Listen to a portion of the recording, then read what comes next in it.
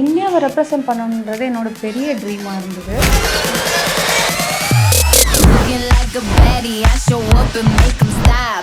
First ரோல இருக்கிற cameras தான் தெரியுமே தவிர பின்னாடி இருக்கிற பீப்புள் ஃபேஸ் எல்லாம் அவ்வளோ கிளியராக நமக்கு தெரியாது. நம்ம ஒன்று செட் பண்ணி வச்சுருப்போம், நம்ம இந்த மாதிரி தான் நடக்கணும், இப்படி தான் நம்ம பார்க்கணும்னு சொல்லி வச்சுருப்போம்ல. நார்த் இந்தியாவிலேருந்து தான் போவாங்க. எனக்கு வந்து தமிழ்நாட்டிலேருந்து ஒரு ஆப்பர்ச்சுனிட்டி கிடச்சிருக்குன்னா நம்மக்கிட்ட என்ன இருக்கோ அதை தானே நான் காட்டணும். தைரியம் வந்து உள்ளே இருக்கிற ஆசை தான் அது தைரியமாக எனக்கு புஷ் பண்ணதுன்னு நினைக்கிறேன். நம்ம வந்து நான் தைரியமான ஆள்லாம் சொல்ல மாட்டேன், ஆனால் என் பயத்தை எனக்கு மறைக்க தெரியும். என்ன பண்ணுவீங்க? என்ன ஃபில்டர்? ஆக்சுவலாக நான் தான் நம்ம தான் அந்த பையன் அவனுக்கு என்ன பிரச்சனைன்னு எனக்கு தெரியாது. அவன் வந்து ஏஜென்சி அந்த மாதிரி கூட எதுவும் வச்சில்ல. மாடலிங் பற்றி எதுவுமே தெரியாது. ஸோ நம்ம என்ன வேணாலும் கேட்கலாம், என்ன வேணாலும் பேசலாம்னு சொல்லிட்டு வாட்ஸ்அப்பில் வந்துட்டு நிறையா ஒரு மாதிரி பொண்ணுங்க ஃபோட்டோஸ் எல்லாம் சரியில்லை, ஒரு மாதிரி ஃபோட்டோஸ் எல்லாம் அனுப்பிச்சிட்டு இருந்தாங்க. You have to send your photos like this, you have to send your photos or you have to Meriba பன்னீர் soda. I trust Meriba. Aachi அதிரசமா விடுங்க, கையில தட்டி சூடான எண்ணெயில பொரிச்சா அதிரசம் ரெடி. கொஞ்சம் மாடலிங் பற்றி, பிகாஸ் உங்கள் டாக்ஸ் எல்லாம் நல்லா போல்டாக ரொம்ப கிளியராக இருக்குது உங்களை பார்க்கும் போதே எனக்கு மாடலிங் பற்றி இன்னும் சில விஷயங்கள் ஸ்டீரியோடிபிக்கலாக இருக்குது. மாடலிங்னாலே கொஞ்சம் அந்த காஸ்டிங் கவுச் எல்லாம் இருக்கும், நிறைய டிஸ்கிரிமினேஷன் இருக்கும், பெண்களுக்கு சேஃப்டி இல்லை, மாடலிங் அண்ட் ஆக்டிங்குமே கூட அப்படின்னு சொல்கிறாங்க. இப்போ கரண்ட் சினாரியோ என்ன? இன்னுமே அப்படி தான் இருக்கா, மாறி இருக்கா? நான் வந்து ஒரு 2018-19 வந்து சென்னையில் படிச்சுட்டு இருக்கும்போது இங்கே வந்து ஒரு சில மாடலிங் ஏஜென்சிஸ் எல்லாம் நான் செக் பண்ணிவிட்டு அங்கே ரீச் அவுட் பண்ண ட்ரை பண்ணேன். எனக்கு வந்து எதுவுமே தெரியாமல் சும்மா எனக்கு பிடிக்கும் நான் பண்ணணும்னு சொல்கிறத விட ஃப்ரம் த பிகினிங் எனக்கு அதை ப்ராப்பராக கற்றுக்கணும், ப்ரொஃபஷ்னலாக எனக்கு கற்றுக்கணும்னு இருந்தது. ஸோ அதை கற்றுக்கிறதுக்காக நான் கால்லலாம் அவங்ககிட்ட பேசிவிட்டு இந்த மாதிரி எனக்கு கோர்ஸ் ஜாயின் பண்ணணும், நான் வரட்டுமான்லாம் கேட்டுட்டு நான் வந்து மோர் மார்க்கெட்டுக்கு புக் வாங்க போகிறேன்னு சொல்லி காலேஜில் சும்மா ஃபேக்காக ஒரு பர்மிஷன் லெட்டர் வாங்கிட்டு நான் இந்த ஏஜென்சிக்காக வந்திருந்தேன். அப்போது அந்த ஏஜென்சிக்கு போகாமல் பக்கத்தில் வேறு ஏதோ ஒரு institute something like fashion designing or something அங்கே போயிட்டேன். அங்கே வந்து இல்லை நாங்கள் மாறி வந்துட்டோம், அந்த மாடலிங் இன்ஸ்டியூட் போகணும் அப்படின்னு சொல்லி நான் கேட்கும்போது பயங்கரமாக பார்த்தாங்க. மாடலிங் கிளாஸ் ஜாயின் பண்ணணுமா நீங்களா? ஓகே அப்படி சொல்லிட்டு பக்கத்தில் இருக்கிறவங்கள பார்த்து சிரிச்சாங்க. அப்போ வந்து எனக்கு அவ்வளோ தைரியம் இல்லை, ஏன்னா என் மேலே எனக்கு நம்பிக்கை இல்லை, நான் அவங்கள எதுவுமே சொல்ல மாட்டேன். ஃபஸ்ட்டு நான் எனக்காக நின்றுக்கணும். அப்போது அந்தளவுக்கு எனக்கு தைரியம் இல்லை. அப்போது இன்னொருத்தவங்க என்ன சொல்கிறாங்களோ அதுதான் எனக்கு அப்படின்னு நான் நினச்சிட்டு சரி நம்ம அப்புறமா, என் ஃப்ரெண்டு கூட வந்திருந்தாங்க, சரி நம்ம அப்புறமா வந்து பார்க்கலான்னு லிட்ரலாக நாங்கள் அந்த இடத்துலேருந்து ஓடிட்டோம். ஓடிட்டு நாங்கள் காலேஜுக்கு போயிட்டோம். அங்கே போயிட்டு நானும் அழுதேன், என் ஃப்ரெண்டும் அழுதாங்க. இல்லை நம்ம இன்னும் கூட கொஞ்சம் ஷேட் கொஞ்சம் லைட்டர் ஸ்கின் டோனாக இருந்திருக்கணுமோ, இன்னும் கற்றுக்க தானே போகிறோம், அதுக்கே அந்த லேடி அப்படி பார்க்குறாங்க அப்படின்னு சொல்லிட்டு ஒரு மாதிரி கொஞ்சம் ஃபீல் பண்ணிகிட்டு இருந்தோம். அதுக்கப்புறம் அதை ஓவர் கம் பண்ணி திரும்பவும் அவங்களுக்கு கால் பண்ணி மெசேஜ் பண்ண எனக்கு தைரியம் வரல. கொஞ்சம் டைம் ஆகும் எனக்கு ப்ராசஸ் பண்ண டைம் ஆகும். இல்லை நம்ம அவ்வளோதானோ, நம்ம இதெல்லாம் ஆசையே படக்கூடாதோ அப்படின்னு சொல்லி தோணும். அப்புறம் மறுபடியும் ஒரு 5 months 6 monthsக்கு அப்புறம் மறுபடியும் அந்த ஆசை வரும், இல்லை நம்ம விடக்கூடாது, நம்ம வேறு எங்கேயாவது ட்ரை பண்ணலாம் அப்படின்னு சொல்லிட்டு. ஸோ அதுக்கப்புறம் நான் ஒரு ஃப்ரெண்ட்ஸ் மூலிமா தெரிஞ்ச ஒருத்தவங்க என்னோடய ஃப்ரெண்ட்ஸ் சொன்னாங்க, என்னோடய ஃப்ரெண்டோட ஃப்ரெண்டு ஒருத்தவங்க மாடலிங்கில் ஒரு மாடலாக இருக்காங்க, அவங்கக்கிட்ட சொன்னால் இந்த ரேம்ப் வாக்லலாம் நடக்கிறதுக்கு, ஃபேஷன் ஷோஸ்லலாம் நடக்கிறதுக்கு ஹெல்ப் பண்ணுவாங்கன்னு சொல்லிட்டு. அந்த பையன் அவனுக்கு என்ன பிரச்சனைன்னு எனக்கு தெரியாது. அவன் வந்து ஏஜென்சி அந்த மாதிரி கூட எதுவும் வச்சில்ல, ஜஸ்ட் அவன் கூட ஒரு மாடல். பட் அவன் என்ன நினச்சிட்டான்னா, நான் ஊர்லேருந்து வந்த பொண்ணு, மாடலிங் பற்றி எதுவுமே தெரியாது, ஸோ நம்ம என்ன வேணாலும் கேட்கலாம், என்ன வேணாலும் பேசலாம்னு சொல்லிட்டு வாட்ஸ்அப்பில் வந்துட்டு நிறையா ஒரு மாதிரி பொண்ணுங்க ஃபோட்டோஸ் எல்லாம் சரியில்லை, ஒரு மாதிரி ஃபோட்டோஸ் எல்லாம் அனுப்பிச்சிட்டு இருந்தாங்க.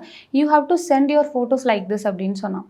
எதுக்குன்னு நான் கேட்டேன். நான் ரேம்ப் வாக்கில் நடக்கிறதுக்கு தானே கேட்டேன், அது கூட எனக்கு இம்மிடியேட்டாக ஒரு ஷோஸ் அந்த மாதிரிலாம் எனக்கு கேட்கல, just I want to learn something about it அப்படின்னு சொல்லி கேட்கும்போது, இல்லை இந்த மாதிரிலாம் அனுப்பணும், இல்லைனா நீ வந்து வாக் பண்ணணும்னு சொன்னல, அப்போது உனக்கு ஒரு ஃபார்ம் எல்லாம் நான் ஃபில் பண்ண ஏதோ வளரணும். அப்போ எனக்கு அது புரியல.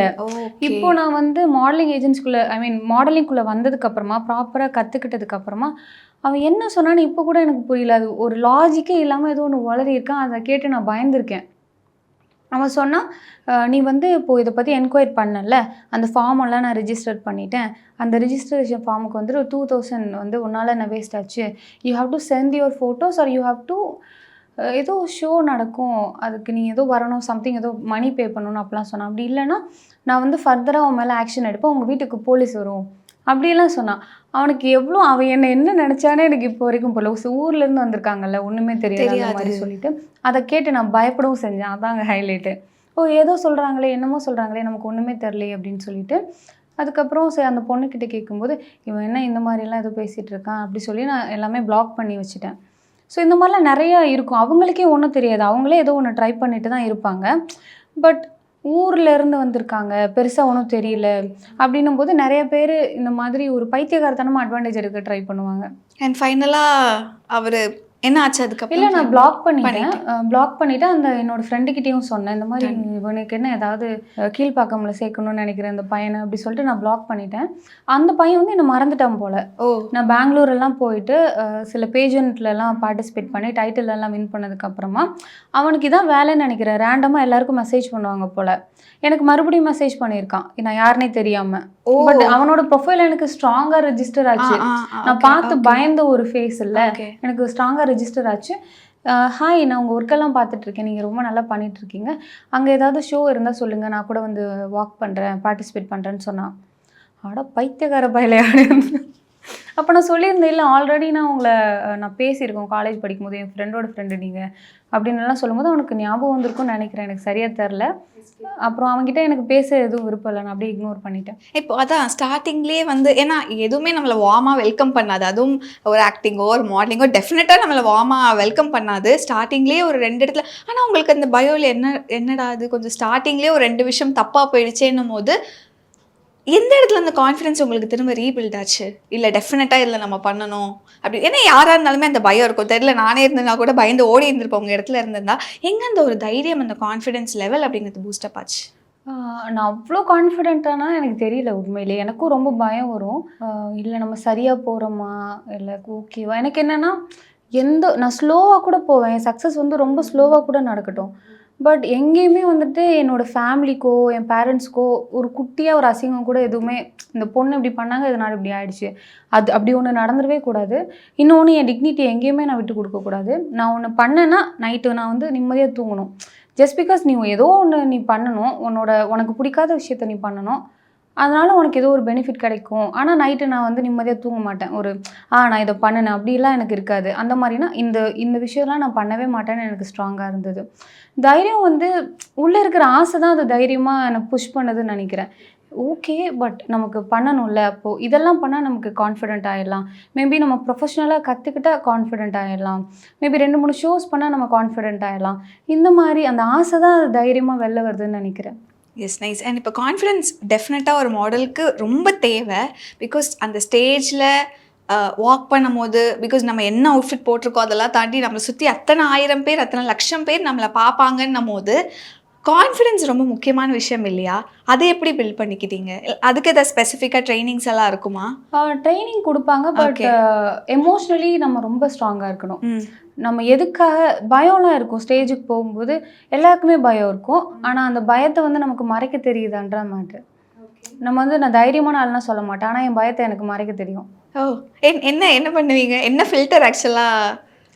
லைக் நம்ம தான் நான் திரும்பி ஒரு 2 வருஷத்துக்கு அப்புறமோ ஒரு 3 வருஷத்துக்கு அப்புறமோ நான் பார்க்கும்போது செம்மையாக பண்ணியிருக்கோம்ல, அப்படி எனக்கு என்ன பிடிக்கணும் அந்த மாதிரி எனக்கு தோணும்.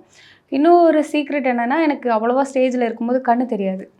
அந்த ஃப்ளாஷ் எல்லாம் நம்ம முகத்தில் அடிக்கிறது. என் ஃப்ரெண்ட்ஸ் எல்லாம் கேட்பாங்க, இவ்வளோ கான்ஃபிடென்ட்டாக நடக்கிற, எப்படி உனக்கு ஒரு மாதிரி ஆகுதா அப்படி கேட்பாங்க. இல்லை, மோஸ்ட் ஆஃப் த டைம்ஸ் எனக்கு கண்ணே தெரியாது. அந்த இது இருக்கிறதுனால இன்ஃப்ரண்ட் ஆஃப்ல இருக்கிற ஒரு ஃபர்ஸ்ட் ரோவில் இருக்கிற கேமராஸ் தான் தெரியுமே தவிர பின்னாடி இருக்கிற பீப்புள் ஃபேஸ் எல்லாம் அவ்வளோ கிளியராக நமக்கு தெரியாது.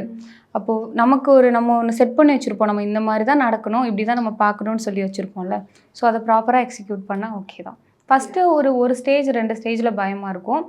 அதை நம்ம திரும்ப பார்க்கும்போது இல்லை நம்மளே கரெக்ட் பண்ணிப்போம்ல, இங்கே இப்படி கொஞ்சம் கரெக்ட் பண்ணிக்கலான்னு அப்படி குட்டி குட்டியாக பில்ட் ஆகிறது தான். நைஸ். அண்ட் நெக்ஸ்ட்டு காஸ்டியூம்ஸ் பற்றி வரும்போது முக்கியமாக வந்து உங்களோட நீங்கள் பெஜெண்ட் வின் பண்ணப்போ, அந்த க்ரௌன் பண்ணப்போ அந்த இடத்த நீங்கள் போட்டிருந்த காஸ்டியூம் எனக்கு ரொம்ப பிடிச்சிருந்து. It was sari, okay right, red colour தானே, ஃபேம் நாட் ராங். அது ரொம்ப பிடிச்சிருந்துச்சு. அதுக்கு ஃபர்ஸ்ட் ஒரு மிகப்பெரிய காம்ப்ளிமெண்ட் உங்களோட டிசைனருக்கு. அண்ட் இப்போ ஃபஸ்ட்டு நீங்கள் உள்ளே வரும்போது கொஞ்சம் எக்ஸ்போசிங்கான காஸ்டியூம்ஸ் எல்லாம் உங்களுக்கு ஆல்ரெடி தெரிஞ்சிருக்கும் அப்படின்னும் போது ஃபஸ்ட் டைம் அதை நம்ம ட்ரை பண்ணும் போது எப்படி இருக்கும் உங்களுக்கு? கொஞ்சம் ஏதாவது ஒரு மாதிரி இருக்குமா, இல்லை ஓகே ஃபைன் இது இனிமேல் நம்ம இப்படி தான் இருக்க போகிறோன்னும் போது எனக்கு ஓகேயாக தான் இருந்துச்சு அப்படிங்கிற மாதிரி இருந்தது? ஓகே, லைக் அந்த மாதிரி ரொம்ப எனக்கு கம்ஃபர்டபுள் இல்லாத ஒரு விஷயத்த நான் பண்ணதே இல்லை. லைக் நீ மாடல்னால் இதெல்லாம் நீ பண்ணி தான் ஆகணும் அந்த மாதிரிலாம் சொல்லுவாங்கள்ல, இதெல்லாம் பண்ணாதான் நீ ப்ரொஃபஷ்னலான மாடல்னு சொல்லுவாங்கள்ல. But I don't want to be a professional model or something else. எனக்காக நான் பண்ணுறேன். அப்போ எனக்கு என்ன பிடிக்குமோ அதான் நான் பண்ணுவேன். எனக்கு எதெல்லாம் கம்ஃபர்டபுளாக இருக்கோ அதான் நான் பண்ணுவேன். லைக் ரொம்ப என் ப்ரொஃபைல் பார்த்தீங்கன்னா உங்களுக்கு தெரியும்னு நினைக்கிறேன். அந்தளவுக்கு பெருசாக ஒன்றுமே இருக்காது. அந்த சாரீ சொன்னீங்கல்ல, அது வந்து நார்மலாக ஒரு சில்க் சாரீ. அது நான் என்னோட சிஸ்டர் வந்து எனக்கு ஹெல்ப் பண்ணாங்க. நானே தான் அதை ட்ராப் பண்ணிக்கிட்டேன். இது ஃபுல்லாக நீங்கள் டிசைன் அந்த ஐடியாஸ் எல்லாமே உங்களோடது தான்? ஓ, இது நான் வந்துட்டு இவங்க சொன்னாங்க இந்தியாவை ரெப்ரசன்ட் பண்ணுறீங்க, ஸோ வந்து ராஜஸ்தான் அந்த மாதிரி ஏதாவது ரெப்ரசன்ட் பண்ணுங்கள், அதெல்லாம் ரொம்ப லேவிஷாக இருக்கும், அந்த அங்கே இருக்கிற அரண்மனைலாம் ரொம்ப லேவிஷாக இருக்கும், ராணி பத்மாவதி அந்த மாதிரி ரொம்ப அப்படியே ஐ கேட்சியாக ஏதாவது பண்ணணும், சவுத் இந்தியாவில் பெருசாக ஒன்றும் அந்த மாதிரி இல்லை அந்த மாதிரிலாம் சொன்னாங்க. ஸோ எனக்கு வந்துட்டு இல்லை, லைக் எவ்ரி டைம் வேறு பேஜன்ட்ரிக்கு ஏதாவது போகும்போது நிறையா போகிற அந்த பெண்கள் எல்லாம் பார்த்தீங்கன்னா நார்த் இந்தியாவிலேருந்து தான் போவாங்க.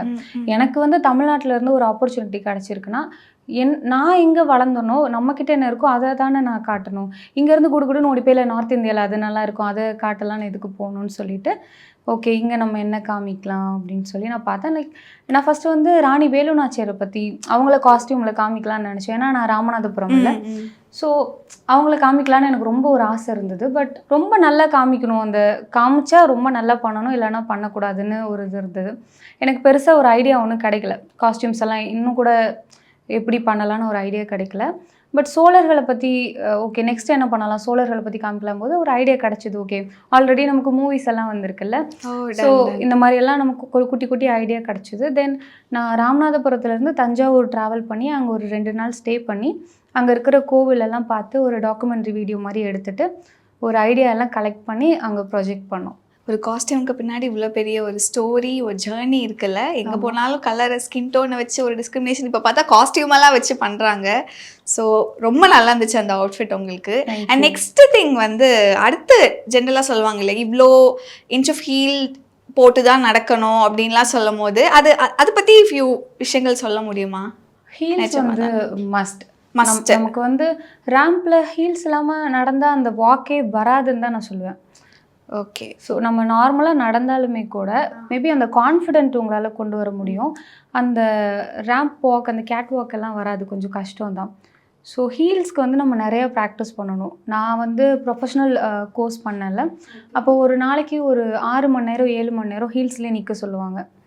எவ்வளோ இன்ச் ஹீல்ஸ் ஆக்சுவலாக போடணும்? மினிமம் வந்து 5 இன்ச்சில் இருக்கணும். 5 இன்ச் மினிமம் வந்து 5 இன்ச் இருக்கணும். 6, 7 நம்மளால் எவ்வளோ முடியுமோ அந்த மாதிரி போகும். பட் மினிமம் வந்து 5'5'லேருந்து இருக்கணும். Okay, nice. அண்ட் இதுக்கப்புறம் ரீசெண்டாக சில விஷயங்கள்லாம் இங்கே போயிட்டுருக்கு, அதெல்லாம் நீங்கள் பார்த்துருந்துருப்பீங்க. ஜென்ரலாக ஒரு விமனை வச்சு பாடி ஷேமிங் அப்படிங்கிற ஒரு விஷயமோ, இல்லைனா கொஞ்சம் டஸ்கி டவுனில் இருக்கிறவங்களுக்கு கூட வாய்ப்புகள் கொடுக்கலாமேப்பா, சினிமாலேயோ இல்லை சீரியஸ்லையோ எந்த ஃபார்ம் ஆஃப் ஆர்ட்லேயுமே கொடுக்கலாமேப்பா, ஏன் ரொம்ப ஃபேஸ்ட் ஸ்கின் டவுனுக்கு மட்டுமே அது கொடுக்குறீங்க, அவங்களுக்கு டல் மேக்கப் போட்டு பண்ணுங்கன்னு இந்த மாதிரி ஏகப்பட்ட விஷயங்கள் ரீசெண்ட் டைம்ஸில் போயிருக்கு. ப்ராப்ளம் நீங்களும் பார்த்துருப்பீங்க. இந்த ஒரு விஷயம் நீங்கள் அட்ரஸ் பண்ணணும், இதுக்காகனா என்ன சொல்லுவீங்க? லைக் இது தப்பு, பட் இவங்க எப்படி சொசைட்டியாக மாறுவாங்கன்னு எனக்கு தெரியல.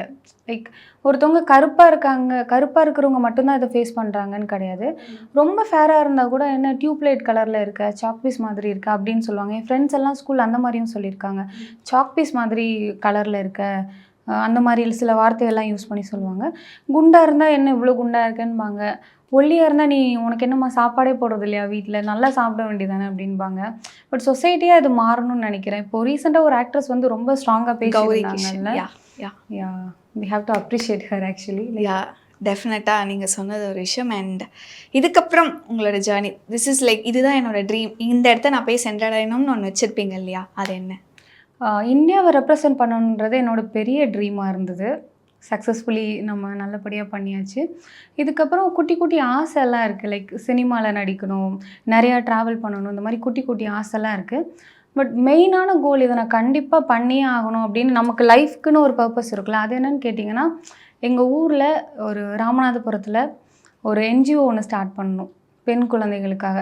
நிறையா படிக்கிறதுக்கு ஆப்பர்ச்சுனிட்டி இல்லாத குழந்தைங்களெல்லாம் கூட்டிகிட்டு வந்து அவங்களுக்கு ஒரு நல்ல எஜுகேஷன், அடிமுறை, களரி இந்த மாதிரி மார்ஷியல் ஆர்ட்ஸ் எல்லாம் கொடுத்து ஒரு குயின் மாதிரி நிறைய ராணிகளை வந்து உருவாக்கணுன்ட்டு, அதான் என்னோட லைஃபோட பர்பஸ்ன்னு நினைக்கிறேன். That is a great initiative. எத்தனை பேருக்கு இது தோணும்னு தெரியல. பிகாஸ் இன்னைக்கு நான் சக்ஸஸ் ஆகிட்டா போதும்ப்பா, நான் என்னோட குடும்பத்தை பார்த்துக்கிட்டா போதும்ப்பான்னு தான் இன்றைக்கி நம்மள நிறைய பேர் இருக்கோன்னும் போது நீங்கள் சொன்ன அந்த விஷயம் கண்டிப்பாக கூடிய சீக்கிரம் வந்து அதை நடக்கணும், நாங்களுமே அதை பார்க்கணும்னு சொல்லிட்டு வி விஷ் யூ.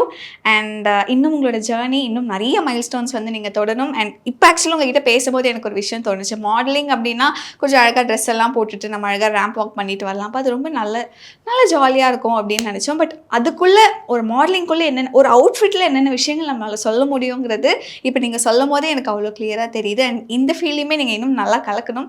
என்னோட best wishes. Thank you so much. Thank you so much for joining us. Thank you. Meriba பன்னீர் soda, I trust Meriba. Aachi அதிரசமா விடுங்க, கையில தட்டி சூடான எண்ணெயில பொரிச்சா அதிரசம் ரெடி.